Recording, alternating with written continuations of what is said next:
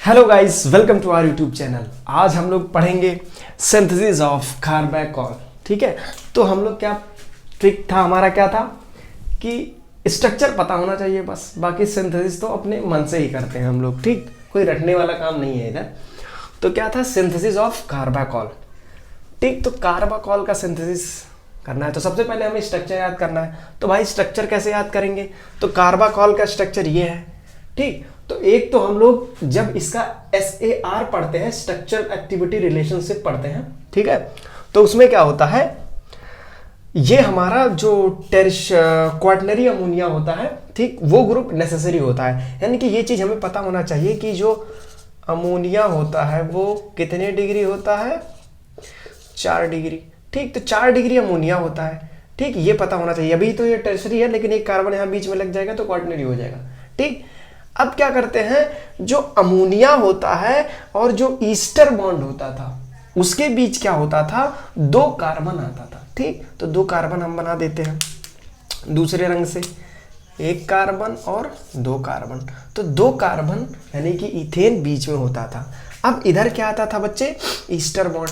ठीक, तो यहाँ पे ईस्टर बॉन्ड क्या था, OCO-R यहाँ पे होता था, लेकिन ईस्टर बॉन्ड क्योंकि ईज ऑफ हाइड्रोलिसिस जो हमारा ईस्टर था उसका ज्यादा होता है, इसीलिए जो हमारे कार्बैकॉल होता है, ठीक, उसमें देखो ये ईस्टर लिंकेज नहीं, यहाँ पे एमाइड लिंकेज पाया जाता है। ठीक, इसीलिए ज्यादा स्टेबल होता है। ठीक, क्योंकि ईस्टर का हाइड्रोलिसिस ज्यादा होता है, इसलिए उसका मेटाबॉलिज्म बढ़ जाएगा। ठीक है, इसका मेटाबॉलिज्म फास्ट हो जाएगा और हाइड्रोलिसिस उसका फास्ट हो जाएगा, इसलिए उसकी स्टेबिलिटी कम हो जाती है। ठीक, इसीलिए ईस्टर ग्रुप को रिप्लेस करके कौन सा ग्रुप लगाते हैं बच्चे, एमाइड ग्रुप। ठीक, तो इसीलिए क्या हो जाता है यहाँ पे NH2। ठीक है, इसकी स्टेबिलिटी बढ़ जाती है, उसका जो मेटाबॉलिज्म हो जाता है वो स्लो हो जाता है। ठीक, तो एक तो भाई साहब ऐसे याद कर सकते हैं कार्बैकॉल का स्ट्रक्चर। ठीक, और दूसरे तरीके से बच्चे क्या था कि हमें पता है एमिनो एसिड्स। क्या पता है, एमिनो एसिड्स। तो एमिनो एसिड से कैसे याद करते हैं, सबसे सिंपलेस्ट एमिनो एसिड पूछा जाता है एग्जाम में, जीपैट में तो बार बार पूछा जाता है। सबसे सिंपलेस्ट एमिनो एसिड ग्लाइसिन, उसके बाद एलानिन, ठीक, उसके बाद सेरीन। ठीक है, तो सबसे सिंपलेस्ट एमिनो एसिड क्या होता है, जिसमें एक ही कार्बन पे, ये कार्बन है हमारा बच्चे, इसमें क्या होगा, एमिनो ग्रुप भी होगा और उसी पे क्या हो जाएगा, एसिडिक ग्रुप होगा, उसको क्या कहते हैं, एमिनो एसिड। ठीक, तो कार्बन कितने बॉन्ड बनाता है, टोटल 4 बॉन्ड। ठीक, तो यहाँ पे क्या हो जाएगा, 2 ठीक हाइड्रोजन हो जाएगा। ठीक, अब क्या होता है बच्चे कि यहाँ पे अगर दोनों एक हाइड्रोजन हटा के, ठीक, एक हाइड्रोजन हटा के अगर हम लोग यहाँ पे एक मिथाइल ग्रुप लगाते हैं तो इसको क्या कहते हैं, एलानिन। ठीक है, एलानिन। अब उसके बाद अगर यहाँ से एक हाइड्रोजन और हटा दिए और यहाँ पे OH ग्रुप लगा दिए, हाइड्रोक्सी ग्रुप हो जाए लगा दिए, तो ये क्या हो जाता है बच्चे, सेरीन। ठीक है, तो जो हमारा कार्बैकॉल होता है वो प्रिकर्सर, सबसे पहला प्रिकर्सर तो इसका होता है सेरीन। ठीक, सेरीन होता है। ठीक है, सेरीन से फिर हमारा बनता है। ठीक, तो इसके बाद हमारा क्या होगा, सेरीन से क्या बनता है, कोलीन। ठीक, कैसे बनता है, ठीक, तो वो हम लोग देख लेंगे। ठीक, तो कोलीन का स्ट्रक्चर नहीं पता है तो क्या करते हैं, सबसे पहले हम लोग यहाँ पे क्या करते हैं बच्चे, डीकार्बोक्सिलेशन कर दिया। अब उसके बाद क्या करते हैं, एन मेथाइल ट्रांसफरेज एंजाइम जो है वो क्या करता है, यहाँ नाइट्रोजन पे कितनी वैलेंसी होती है, 3, तो एक तो यहाँ पे जुड़ गया। अब ये क्या करता है, एन मेथाइल ट्रांसफरेज तुम्हारे नाइट्रोजन पे क्या करता है बच्चे, मेथाइल ग्रुप क्या कर देता है, ट्रांसफर कर देता है। ठीक, और नाइट्रोजन क्योंकि 3 ही बॉन्ड बनाता है, 4 बॉन्ड बनाता है, 4 बॉन्ड यहाँ पे बनाया, इसलिए यहाँ पे कौन सा होगा, प्लस। देखो एक रूल याद रखना कि अगर कोई भी नॉन मेटल अपने बॉन्ड से एक्स्ट्रा बॉन्ड बनाता है तो उस पर क्या होगा, प्लस का चार्ज होगा, लेकिन अगर कोई भी मेटल अपने बॉन्ड से एक्स्ट्रा बॉन्ड बनाता है तो उस पर क्या हो जाएगा, माइनस चार्ज। ठीक है, कोई दिक्कत नहीं है, केमिस्ट्री है, धीरे धीरे सीखेंगे। तो ये किसका स्ट्रक्चर हो गया बच्चे, किसका हो गया, कोलीन का। ठीक, अब कोलीन का क्या होता है, एसिटाइल को एंजाइम A से रिएक्शन कराएंगे, तो एसिटाइल को एंजाइम A का फॉर्मूला क्या होता है बच्चे, ये क्या होता है, CH3CO। ठीक, ये हो गया एसिटाइल और S COA, ये क्या होता है, कोएंजाइम ए। तो एसिटाइल कोएंजाइम ए से रिएक्शन हम लोग बच्चे कराते हैं, तो यहाँ पे H जो होता है HCOA के साथ निकल जाता है, कोएंजाइम ए हो जाता है HSCOA, ये तुम्हारा निकल जाता है। और ये जो एसाइल ग्रुप होता है ये कहाँ पे जुड़ता है, इधर ग्रुप जुड़ जाता है और क्या बना लेता है बच्चे, ये क्या बना लिया, एस्टर लिंकेज। ठीक, इसी को क्या कहते हैं हम लोग, बताओ, ये हमारा कौन सा बॉन्ड हो गया, एस्टर बॉन्ड। ठीक है, अब ये क्या हो गया, ये हो गया एसिटाइल। ठीक, और ये क्या हो गया, इधर क्या होता है, कोलीन। ठीक है, तो ये हमारा कोलीन था, तो हो गया, इसी को क्या कहते हैं, एसिटाइल कोलीन। ठीक, समझ में आ रहा है, क्या कहते हैं, एसिटाइल कोलीन।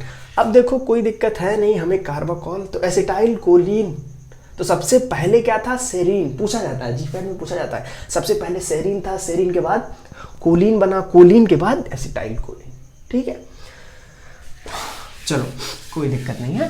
तब अब हमें देखो याद हो गया ना, तो चाहे ऐसे याद करो चाहे जैसे याद करो, आपकी मर्जी है। ठीक, अब यहाँ पे हमारा ईस्टर था, उसको एमाइड बना लो, हमारा कार्बाकॉल का स्ट्रक्चर बन गया। अब देखो सबसे पहले क्या है, हम लोग पहले कार्बाकॉल का स्ट्रक्चर बनाते हैं। तो कार्बाकॉल में क्या होता है, क्वाटनरी अमोनिया होता है। ठीक, बीच में 2 कार्बन होते हैं, उसके बाद एमाइड लिंकेज, सबसे पहले एस्टर था। ठीक, तो एस्टर बना लेंगे, फिर एस्टर को चेंज करके क्या बनाए थे, एमाइड बनाए थे। ठीक, तो इसको कहते हैं कार्बामेट। ठीक है, तो कार्बामेट लिंकेज हो जाता है यहाँ पे। ये हमारा किसका स्ट्रक्चर हो गया, कार्बाकॉल का स्ट्रक्चर। तो बच्चे हम लोग क्या करते थे, सबसे पहले जो हमारा प्रिकर्सर है, ये देखो 2 कार्बन है यहाँ पे। ठीक, तो 2 कार्बन के साथ एक ऑक्सीजन ले लिया, और यहाँ से हमें जोड़ना है, इसको सबसे पहले ले लिया। ठीक, 2 कार्बन के साथ एक ऑक्सीजन, ठीक, यानी कि अल्कोहल ले लिया, और इधर हमें जोड़ना है तो कोई भी हैलोजन, सबसे ज़्यादा क्लोरीन लेते हैं। ठीक, इसको ले लिया। दूसरे पे क्या, ये हमें CO जोड़ना है। ठीक, CO जोड़ना है, तो CO का यहाँ पे क्या लेते हैं, अगर हमें CO जोड़ना है तो यहाँ पे CO, ठीक है, यहाँ पे Cl, ठीक है, यहाँ पे क्या लेते हैं, कार्बोनिल क्लोराइड ग्रुप लेते हैं। क्या लेते हैं, कार्बोनिल क्लोराइड, या फिर इसी को हम लोग 12th में क्या पढ़े थे बच्चे, फॉस्जीन गैस। ठीक, हेलो एल्केन्स, हेलो एरिन्स में पढ़े थे फॉस्जीन गैस का फॉर्मेशन। ठीक है, जो हमारा क्लोरोफॉर्म होता था, चलो छोड़ो खैर। उसके बाद यहाँ पे ये क्या हो जाएगा, कार्बोनिल क्लोराइड, इसको कहते हैं फॉस्जीन। तो ये कंपाउंड ले लेंगे और इसको ले लेंगे, सबसे पहले रिएक्शन इसका करा देंगे, फिर उसके बाद क्या बन जाता है, ठीक, ये बन जाता है। उसके बाद हमें ये भी लेना है।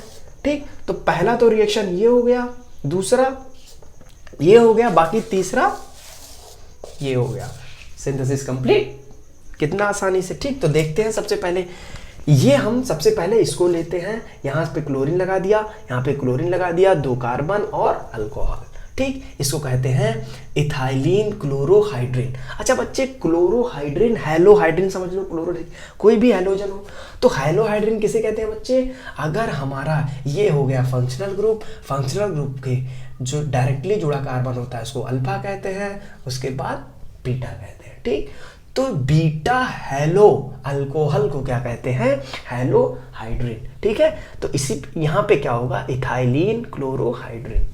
ठीक है, या फिर इसको ऐसे कर सकते हो 2 क्लोरो, ठीक है, 2 क्लोरो इथेनॉल। ठीक, कई सारे नाम लिख सकते हो, इससे कोई दिक्कत नहीं है। उसके बाद ये फॉस्जीन से रिएक्शन करेगा, तो फॉस्जीन का हमने देखा था, यहाँ पे इसको मिटा रहे हैं, फॉस्जीन का बता दो बच्चे, फॉर्म स्ट्रक्चर क्या था, तो कार्बोनिल कंपाउंड है, कार्बोनिल कंपाउंड पे 2 क्लोरीन लगा दो, यानी कि कार्बोनिल क्लोराइड होता है, उसी को क्या कहते हैं, फॉस्जीन कहते हैं। ठीक, अब यहाँ पे 2 H है, ठीक, यहाँ पे O सबसे ज्यादा इलेक्ट्रोनेगेटिव है, तो आराम से अपना इलेक्ट्रॉन लेगा, H को छोड़ देगा, और यहाँ से कार्बन और क्लोरीन में सबसे ज्यादा इलेक्ट्रोनेगेटिव क्लोरीन होता है, तो एक क्लोरीन यहाँ से छूट जाएगा, ये प्लस बन जाएगा, और यहाँ पे ये प्लस बन जाएगा, ये माइनस बन जाएगा।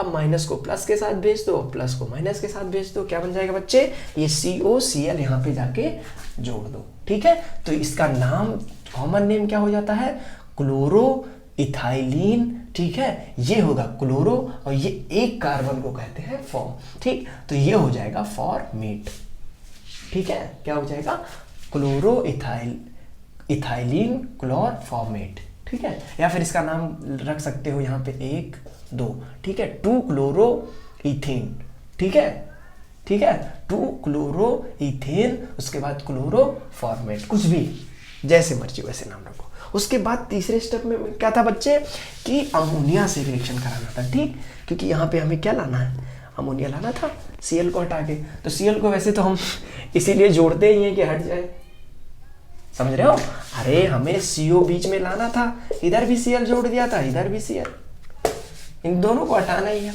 कोई दिक्कत है नहीं। तो क्या था यहाँ पे, अब क्या करता है, क्या निकल जाता है, H आराम से ये दे देता है और Cl ये दे देता है, HCl निकल जाता है आराम से, भाई साहब जुड़ जाते हैं, ठीक। तो इसका नाम अगर उसके हिसाब से देखें तो क्लोरो इथाइलिन, ठीक है, ये हो जाएगा। अच्छा, यूरिया का स्ट्रक्चर आप लोग पढ़े हो, यूरिया का स्ट्रक्चर होता है कार्बोनिल कंपाउंड, दोनों तरफ एमाइन एमाइन जोड़ दो, ये हो जाता है यूरिया का स्ट्रक्चर, ठीक। तो देखो थोड़ा सा स्ट्रक्चर यूरिया का यहाँ पे है, ठीक, तो इसको कहते हैं क्लोरो इथाइलिन यूरीथेन, ठीक है।